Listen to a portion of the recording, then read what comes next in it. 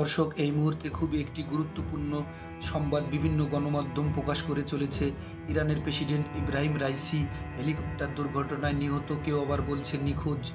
অনেকক্ষণ ধরে তার খোঁজ পাওয়া যায়নি। বিভিন্ন গণমাধ্যম জানাচ্ছে যে সে তাজিকিস্তান থেকে একটি সংবাদ সম্মেলন শেষ করে আসার পথে পাহাড় দুর্গম এলাকায় এই ঘটনাটি ঘটে।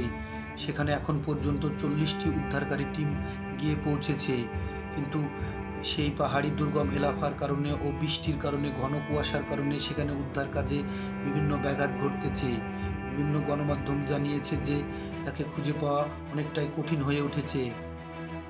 এখন পর্যন্ত তার কোনো খোঁজ পাওয়া যায়নি। তার সমস্ত খোঁজ খবর রাখতে আমাদের চ্যানেলটি সাবস্ক্রাইব করে আমাদের সঙ্গে থাকুন।